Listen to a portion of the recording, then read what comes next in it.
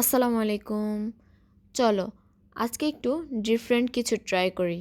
Different বলতে হচ্ছে সবসময় তো আমরা মুরগি ভুনা, মুরগির ঝোল এটাই খাই। তো আজকে আমি ডিফারেন্ট বলতে রান্না করব হচ্ছে আচারি মুরগি। তো আমি আচারি মুরগিটা রান্না করার জন্য হচ্ছে প্রথমে দিয়ে দিয়েছি তেলের মধ্যে কালো জিরা, এমনকি আস্ত জিরা। আমি সরিষার তেলে যেহেতু রান্নাটা করব, প্রথমে অল্প পরিমাণে সয়াবিন তেল দিয়ে ওটার মধ্যে হচ্ছে পেঁয়াজ কুচিটা দিয়ে ভেজে নিব। কারণ সরিষার তেলটা প্রথমে ইউজ করলে সরিষার তেলের ফ্লেভারটা পরে থাকে না।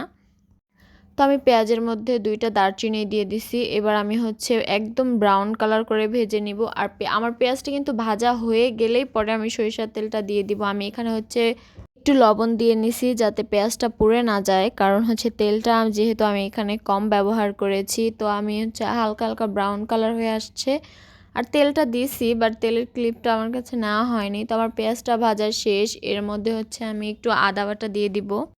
এক এক করে আমি প্রত্যেকটা মশলা এখানে দিয়ে সুন্দর করে কষাবো। তার আগে হচ্ছে আদাটা দেওয়ার পর একটু তেলের মধ্যে ভেজে নিলাম, কারণ যাতে আদার গন্ধটা না থাকে।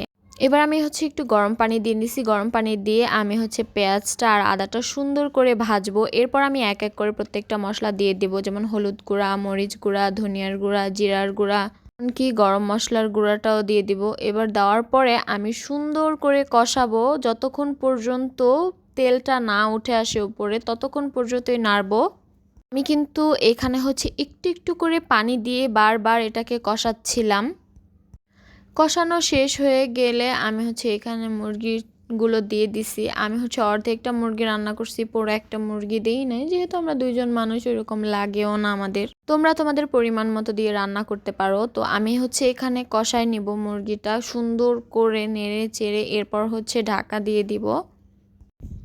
ঢাকনা দেওয়া হয়ে গেলে আমি হচ্ছে প্রায় 10 মিনিটের মতো এইভাবেই রাখবো, কোনো পানি বা কিচ্ছু দিব না। এরপর হচ্ছে আমি আস্ত করে কাঁচামরিচ দিয়ে দিচ্ছি, যেহেতু আমি শুকনো মরিচটা বেশি ইউজ করছি, এমনিতে একটু ঝাল ঝাল হবে, এই জন্য কাঁচামরিচটা শুধু আমি ফ্লেভারের জন্য দিয়ে দিছি। তো আমি এখানে ঢাকনা উঠে দেখছিলাম, হয়নি। এরপর হচ্ছে দেখো তেলটা উপরে কি সুন্দর করে উঠে গেছে।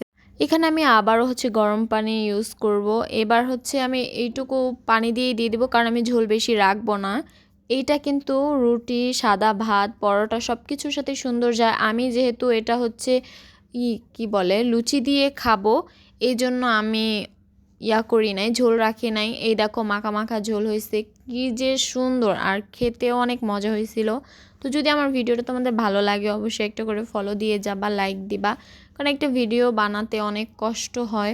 যদি তোমরা একটু সাপোর্ট করো তাহলে ভালো লাগে। আল্লাহ হাফেজ।